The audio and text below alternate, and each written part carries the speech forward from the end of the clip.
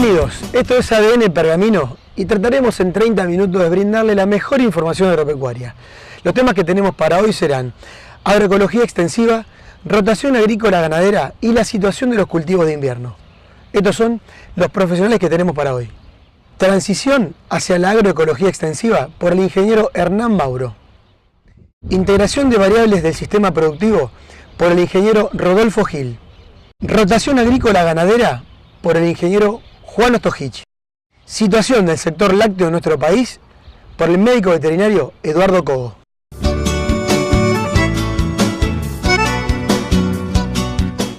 Si bien la agroecología parece un sistema moderno, en varias partes de nuestro país ya logró su instalación definitiva. Sobre este tema conversamos con el ingeniero Hernán Mauro. Como vos decís, no quiero caer en ningún tipo de fundamentalismo. Si me preguntás hoy, no quisiera usar ningún agroquímico. Yo quisiera ser orgánico, sería imposible porque tenemos derivas de todos lados. Entonces lo que hicimos fue cortinas forestales en toda la periferia del campo, pero venimos de la mano de la agroecología, entramos en un proceso de transición con una reducción sustancial del uso de agroquímicos, siendo muy selectivos en qué agroquímico se usa y muy eficiente a la hora de ponerlos, con la propuesta de ver en primera instancia cuánto es la mayor cantidad de tiempo que puedo estar en un lote sin haber aplicado un agroquímico y encontrarnos que a lo mejor ha sido 1 año y medio que no tenían agroquímicos, y bueno, de esa forma ir transitando la transición. Al ser la 5ª generación que está sobre ese campo, te hace tomar conciencia de la no pertenencia, o sea, alguien de mi tatarabuelo que no conocí trabajó eso y alguien lo va a trabajar, y eso te hace pensar en la forma de cuidarlos. Hace años que se viene trabajando con cultivos alternativos que no son comunes en la zona, cultivo de arveja, cultivo de vicia, algo de centeno. Se viene intensificando la rotación, es una zona donde tenemos napa superficial, por lo tanto no tenemos problema de consumo de agua y queremos que eso que durante épocas llovedoras es un problema se puede transformar en una oportunidad, dándonos la posibilidad de tener el campo cubierto todo el año, con doble cultivo, ya sea para producción de grano o para producción de carne, dado que es un sistema mixto, o simplemente cultivo de cobertura. La ganadería tiene un 20% de la superficie, un 20% en lo que es superficie de pasturas permanentes, pero se aprovechan durante el invierno, verdeos de invierno, incluso si es necesario algún cultivo de cobertura.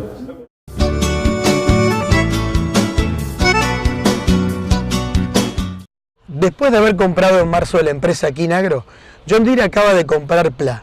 La idea es quedarse en Argentina con el mejor negocio de las pulverizadoras autopropulsadas.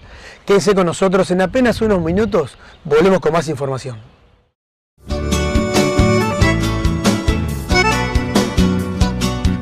Desde nuestra fundación nos propusimos ser una empresa innovadora que desarrolle soluciones para los que siembran. Por eso desde hace 4 décadas, cada parte de la empresa trabaja para sembrar ideas, proyectos y productos que nos permitirán transformar al país y al mundo en un lugar mejor para vivir. Rizobacter, 40 años, sembrando un mundo mejor. Maíz Ursem 566, alto potencial y estabilidad, un maíz ganador, líder en las principales redes de ensayo del país. Maíz Ursem 566, potencial y estabilidad en todo el país.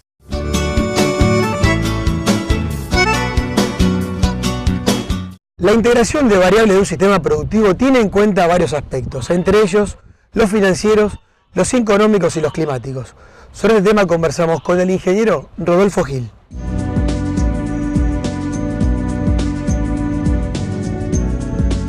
Hay 2 factores centrales, que es la energía que recibimos del sol, el agua y el dióxido de carbono del aire, lo que mueven el planeta.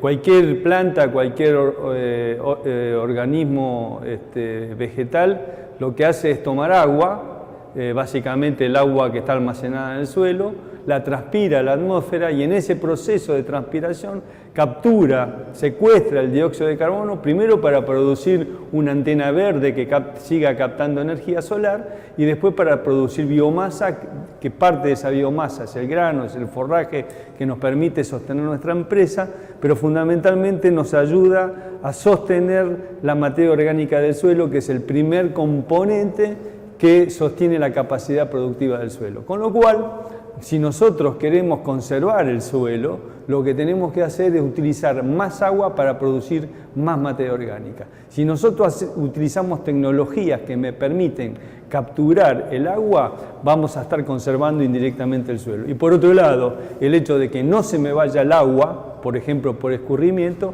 voy a evitar que se me vaya el suelo por erosión.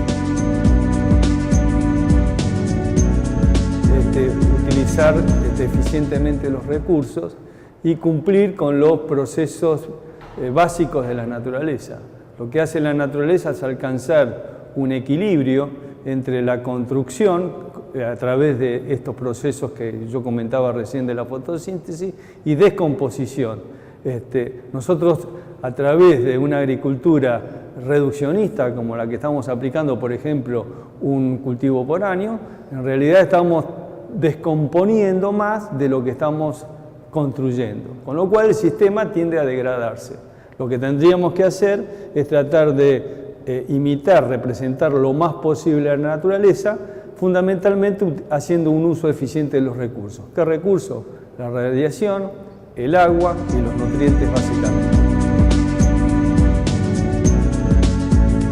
Ha habido un aumento en el conocimiento indiscutible, ha habido un aumento tecnológico fundamentalmente en todo lo que hace al desarrollo genético, en maquinaria.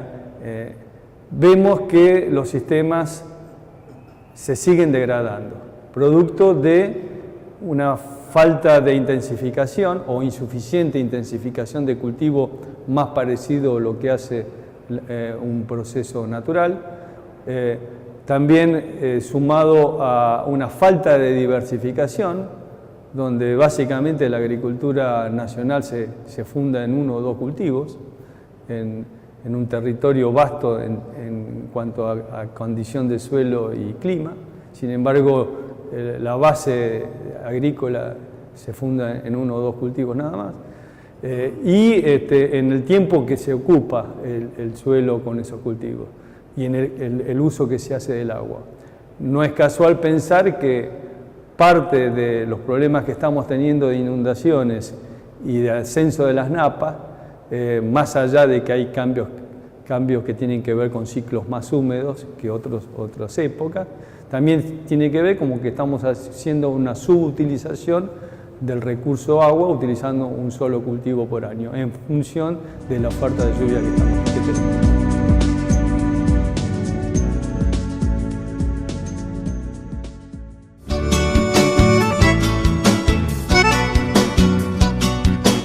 Si hablamos de zonas productoras de nuestro país, en el caso de la Patagonia, allí se producen 12 millones de litros de vinos. Se ocupa el 66% de la lana que se exporta y también se produce el 90% de las peras y las manzanas que consumimos los argentinos. Quédense con nosotros. Después de la pausa, hablamos con Juan Ostojich.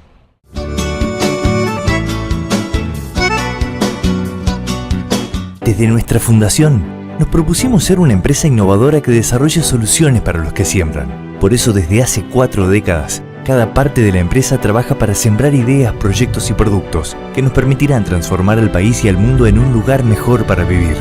Rizobacter, 40 años, sembrando un mundo mejor. Maíz Sursem 566, alto potencial y estabilidad, un maíz ganador, líder en las principales redes de ensayo del país. Maíz Sursem 566, potencial y estabilidad en todo el país.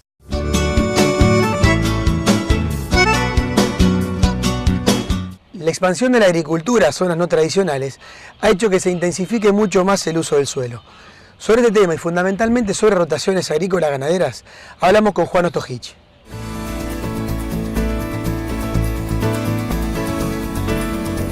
el planteo es un campo que tiene sectores que no son agrícolas, entonces hacemos obligadamente ganadería en esos sectores y tratamos de que esa ganadería rotarla con algunos sectores agrícolas para ayudar a la conservación del suelo, al mejoramiento de la productividad de esos lotes.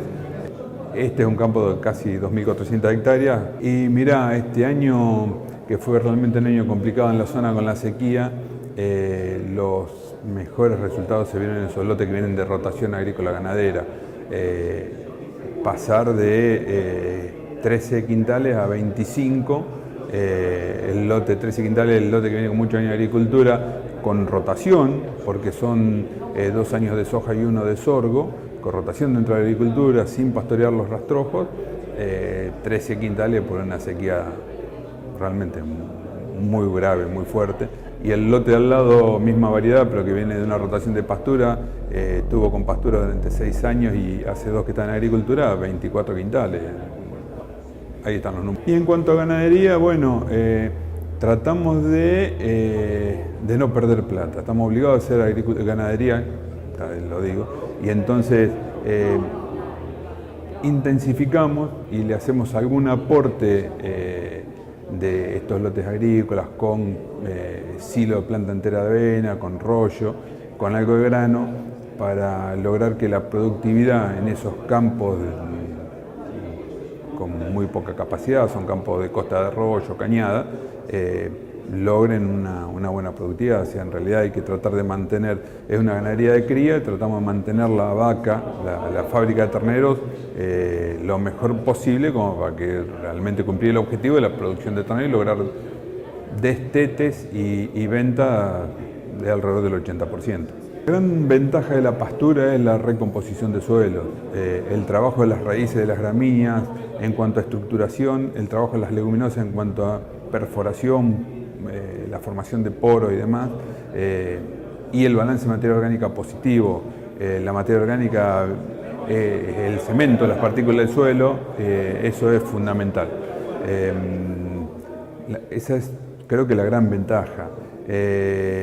Hay algunas otras ventajas de organización empresarial, como es, o sea, la mayor ocupación del personal, la mejor utilización de infraestructura, maquinarias y demás, el efecto sobre el control de malezas, cada vez hay malezas más resistentes en la agricultura, eso es un problema grave, eso es fundamental. Después, desventajas, sinceramente no le veo. Yo cuando me puse a pensar en las desventajas, no hay desventajas en la rotación agrícola ganadera para mí, pero sí hay algunas limitaciones, ¿no? Limitaciones en el caso de un productor grande es conseguir un empleado permanente. En el caso de un productor chico que esté en la producción, que se introduzca en la producción agropecuaria, que no puede tener un empleado en el campo y él tampoco está viviendo en el campo, el problema es la inseguridad, el robo hoy en día es un problema. Entonces depende de la estructura, el tamaño de la empresa, hay distintas dificultades, pero bueno, subsanables de algún modo.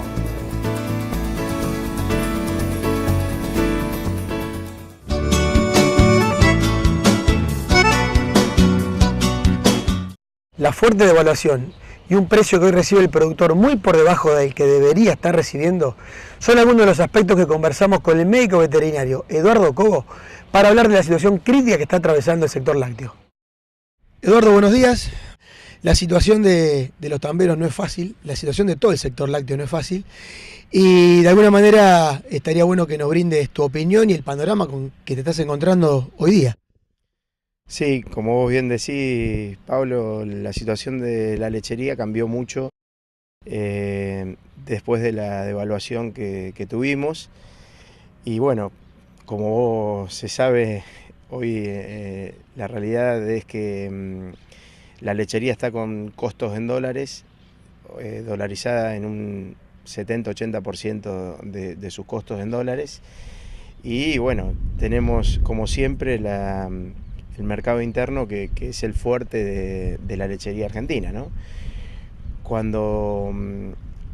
¿Qué va a pasar a futuro o cuánto va a durar esta situación de precios internacionales? La Argentina tiene hoy una leche de 25 centavos de dólar, cuando en la región están en 32, 35 centavos dependiendo de los países, y con situaciones complicadas de rentabilidad cobrando eso. Uruguay está con muy baja rentabilidad, cobrando esa plata en dólares. Así que imagínate cómo están los tambos argentinos y sobre todo en muchas situaciones de campo alquilado, ¿no?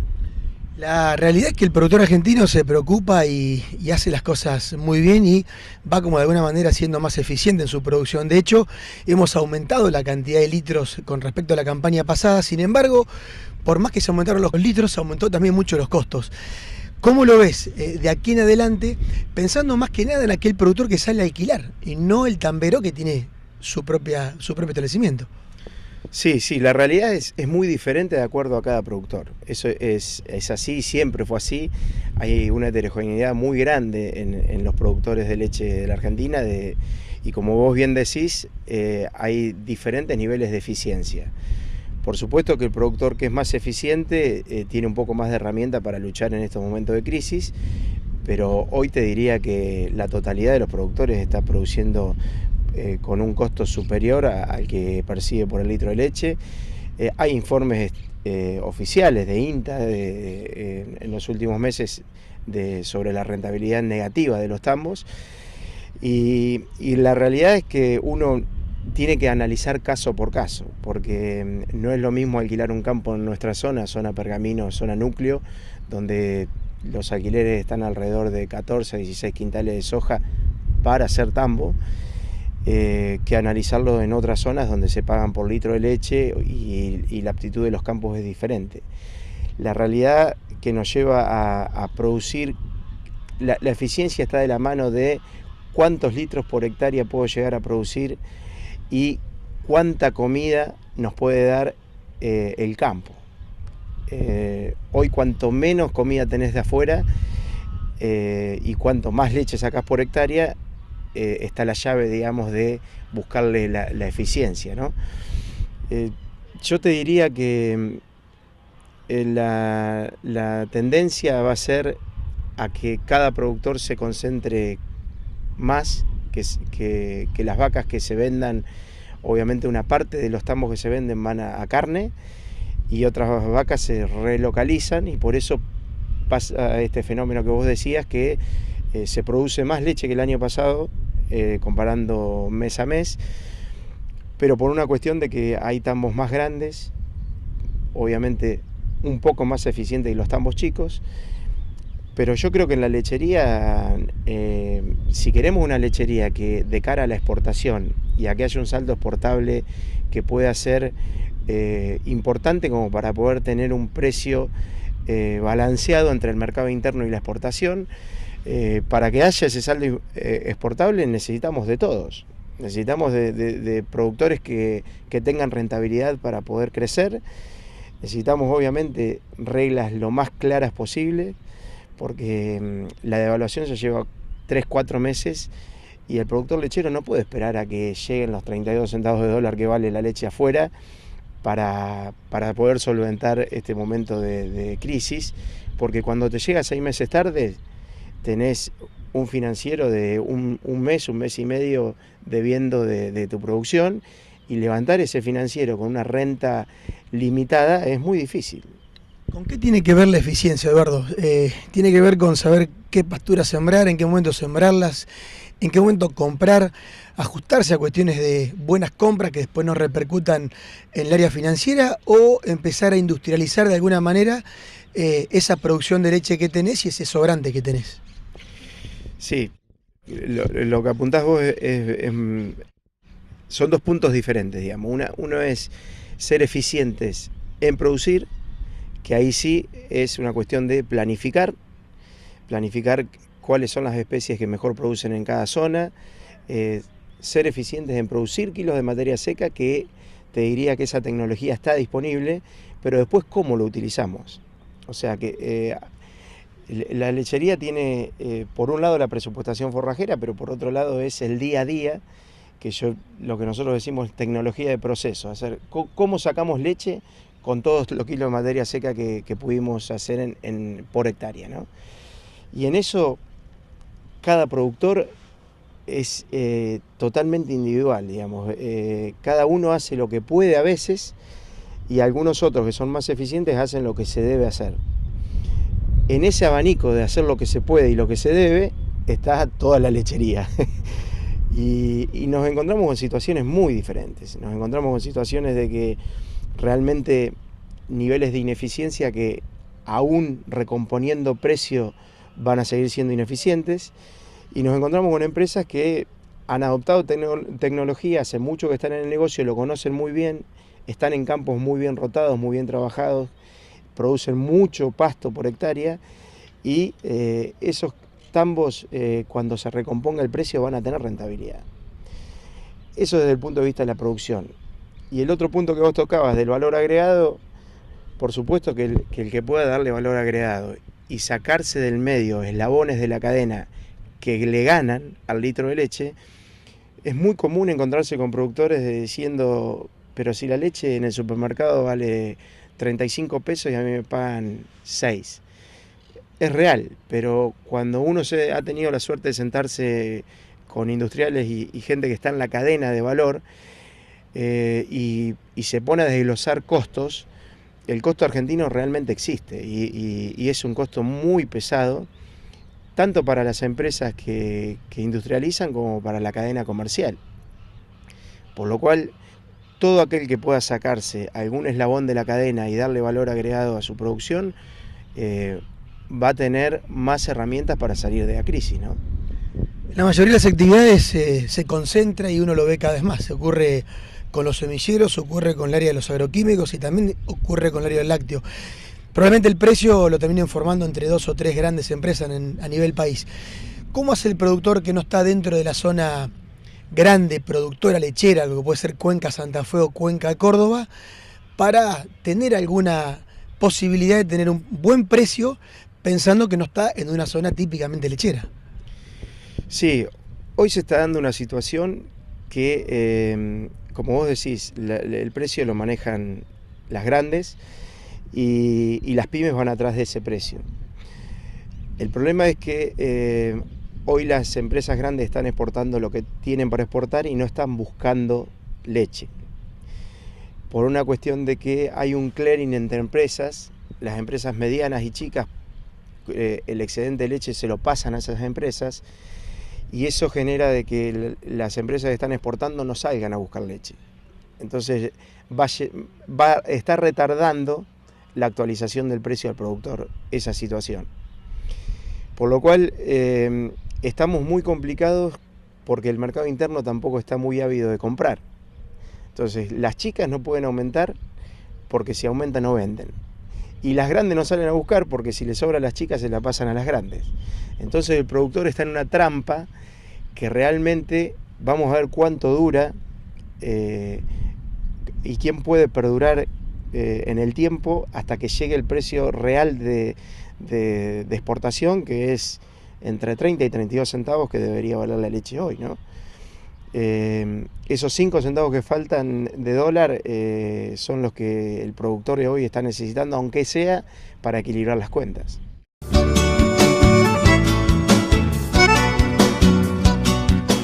El trigo llegó a pagarse hace apenas 24 horas $210, pago enero con descarga en Rosario. Algo así como un 20% por encima de lo que ocurría el año anterior. Le vamos a dejar un fuerte abrazo para todos los veterinarios y los ingenieros que en pocos días están cumpliendo su día. Y para ello también el agradecimiento que hacemos desde nuestro programa ADN Pergamino. Con ustedes nos encontramos en apenas una semana.